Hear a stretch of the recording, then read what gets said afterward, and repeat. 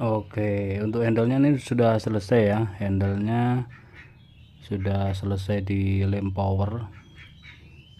Jadi awal kita rangkai, kita bor, kita masukkan bilahnya, kita lem, lalu kita bentuk.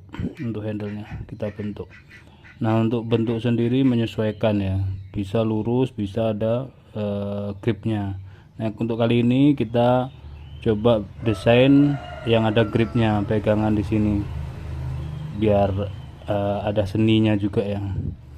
Mau polosan juga bisa, lebih gampang polosan.